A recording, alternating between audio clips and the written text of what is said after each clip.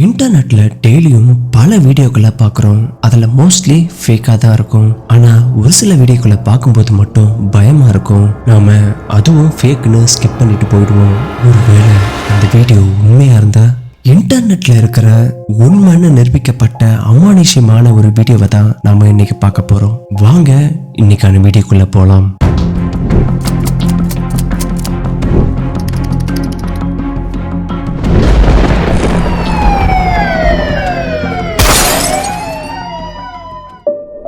அமெரிக்காவில் வசிக்கும் ஜேம்ஸ் ராங்கின் என்ற நபர் கேம்ப் ஹீரோ ஸ்டேட் பார்க்னு சொல்லப்படும் காட்டுக்கு ட்ரெக்கிங் பண்ண போறாரு.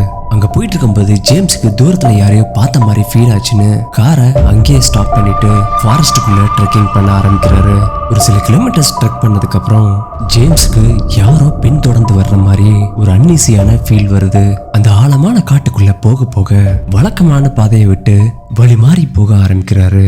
கொஞ்ச தூரம் போகும்போது ஏதோ கைவிடப்பட்ட ஷெட் மாதிரி ஸ்ட்ரக்சர் அவர் கண்ணில் தென்படுது.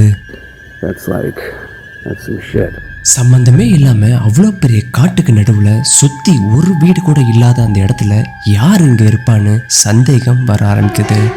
ஜேம்ஸ் அங்கேயும் இங்கேயும் சுத்தி பார்க்க பக்கத்துல இருந்த மரங்கள்ல ஏதோ ஒட்டி இருக்கிறத கவனிக்கிறாரு. அப்படி அது என்னன்னு பார்த்தா ரீசெண்டா காணாம போனவங்களோட போஸ்டர்ஸ் ஒட்டி இருக்கு. Stacy Peterson, 23 years old, missing from Illinois 2007. கிட்டத்தட்ட 30 பேரோட போட்டோஸ், அவங்க காணாம போன டேட், அட்ரஸ்னு எல்லா டீடைல்ஸுமே பக்காவா அந்த போஸ்டர்ல இருந்திருக்கு. This one's from Georgia.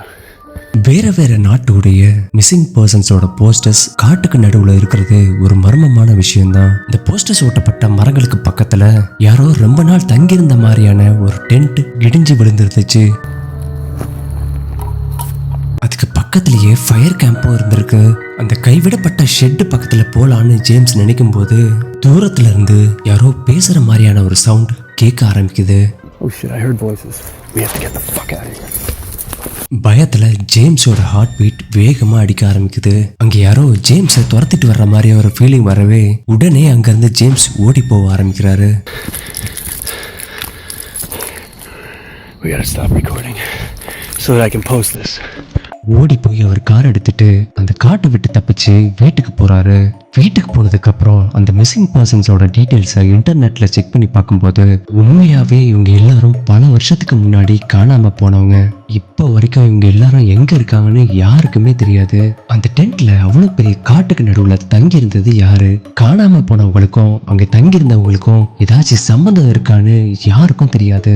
James உடனே அந்த வீடியோவை தன்னுடைய ஃபேஸ்புக் பக்கத்துல ஷேர் பண்றாரு. அந்த வீடியோ வைரலாகவே நியூ ஜெர்சியை சேர்ந்த போலீஸ் டிபார்ட்மெண்ட்டும் கண்ட்ரி பார்க் ரேஞ்சர்ஸும் தங்களோட விசாரணையை ஆரம்பிக்கிறாங்க.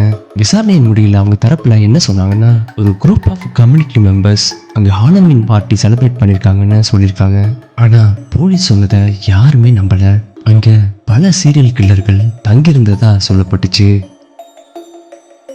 இந்த சேனலை சப்ஸ்கிரைப் பண்ணாதவங்க சப்ஸ்கிரைப் பண்ணிக்கோங்க. பக்கத்தில் இருக்க பெல் ஐக்கானை கிளிக் பண்ணி ஆல்ல போட்டுக்கோங்க. அப்போதான் நான் கொடுக்குற ஒவ்வொரு வீடியோவும் உங்களுக்கு நோட்டிஃபிகேஷனாக வரும்.